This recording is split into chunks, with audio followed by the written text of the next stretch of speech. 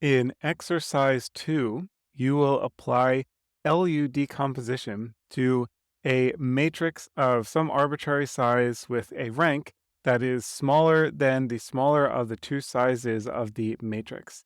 So you learned, I hope you remember from a previous chapter about the matrix multiplication method to create a matrix that is 6 by 8 and rank 3.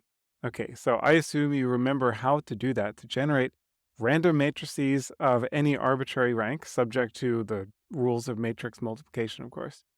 Then you want to take its LU decomposition and show the matrices or create a figure that looks like this. So here we have the matrix A.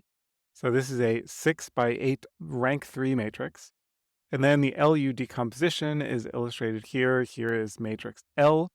It is a triangular matrix and all ones on the diagonal.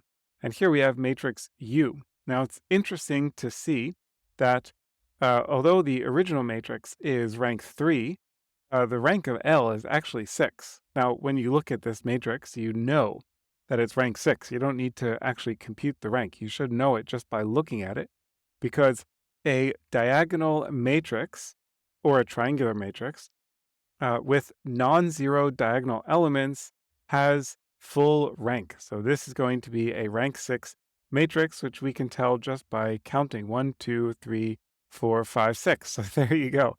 But the A equals L times U, and the matrix multiplication rule for rank is that the maximum possible rank of A is the smaller of these two ranks, L and U, which are 6 and 3. So pretty interesting just to, tie these different pieces of the book together. We have matrix multiplication, we have rank, we have multiplication rules of rank, and so on. Okay, so now I will switch to Python and walk through my code for this exercise. You can see this is not a terribly difficult exercise. I think you'll probably spend more work on creating the figure than implementing the linear algebra aspects. So here I'm creating this matrix using an m by r matrix times an r by n matrix, where r is the desired rank, and I set that to be 3. And then we have m and n corresponding to the outer sizes of the matrix, and then in the product that determines the size of the resulting product matrix. Okay, so then we have our LU decomposition here.